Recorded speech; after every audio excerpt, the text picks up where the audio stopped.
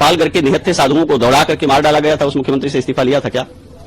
अयोध्या में निहत्थे राम भक्तों को दौड़ा दौड़ा करके गोली से भून दिया गया था, उस समय इस्तीफा लिया था क्या? योगी आदित्यनाथ से इस्तीफा चाहिए।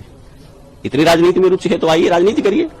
इस देश में मुख्यमंत्री जनमत से बनता है, वोटिंग से बनता है, सांगठनिक और संवैधानिक योजना से बनता है।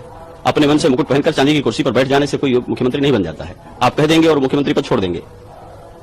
ये बातें समाज को दिग्भ्रमित करने के लिए कही जाती हैं। ये गहरी कुंठा से पैदा होने वाली बातें हैं।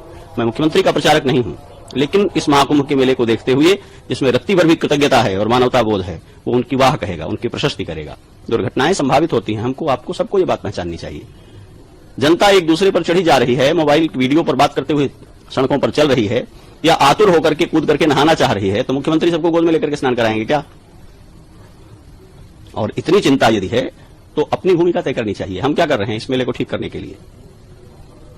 बहुत लज्जास्पद है और ये सुनकर के बहुत दुख हो रहा है कि हमारे भारत के, स्वतंत्र भारत के इतिहास में एक मुख्यमंत्री जिसने अपनी सबसे बड़ी प्रतिबद्धता धर्म को, हिंदुत्व की पहचान और सम्मान को बना रखा हो, उसको धार्मिक पहचान का वहन करने वाला एक व्यक्ति कहे कि वो इस्तीफा दे दें, वो योग्य नहीं है और वो नहीं संभाल पाएगा, लिपापोती करेगा।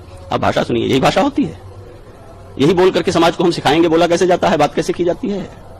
आपको क्रोध भी हो तो आपके लहजे में, आपके चरित्र की, आपकी वाणी की बात जो है प्रकट होनी चाहिए। आप असहमत भी हो तो आप असहमत हैं तो बात करिए, अपनी असहमतियां रखिए। महाकुंभ के इस बीच में जब विश्व हमें देख रहा है, पूरा भारत उमड़ करके यहां आ रहा है, तो आप अराजकता फैला करके, लोगों को डिमोरलाइज करके, लोगों के बीच में अविश्वास भर रहे हैं। मुख्यमंत्री को इस्तीफा दे देना चाहिए। जो इस्तीफा मांग रहे हैं वो स्वयं मुख्यमंत्री बनकर ठीक कर देंगे इसको।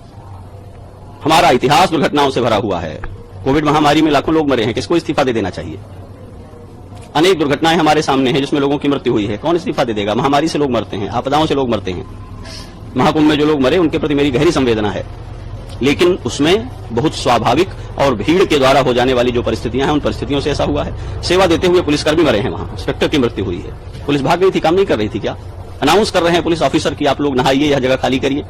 सबके काम करने की एक सीमा है। सारी अच्छाइयों का विधिवत पालन करते रहने पर भी जहां जनसम्मर्द इकट्ठा होता है वहां दुर्घटनाएं संभावित रहती हैं। व्यवस्थाओं को, शासन को दुर्घटनाएं रोकनी होती हैं, वे इस पर काम करते हैं। दिन रात पुलिस प्रशासन, व्यवस्था, सरकार के लोग एक पांव पर खड़े रहकर काम कर रहे हैं।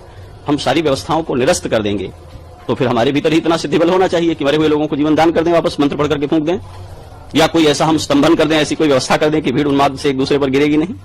आप मेला चल करके आ रहे हैं, कौन सी व्यवस्था लागू कर दी जाएगी? जिसकी गाड़ी रोक दी जाती है वो व्यवस्था की शिकायत करता है, जिसकी गाड़ी पास हो जाती है वो व्यवस्था की तारीफ करता है, और उसकी गाड़ी के लिए जिन पैदल चलते लोगों को सड़क से भागना पड़ता है फिर व्यवस्था को गाली देते हैं।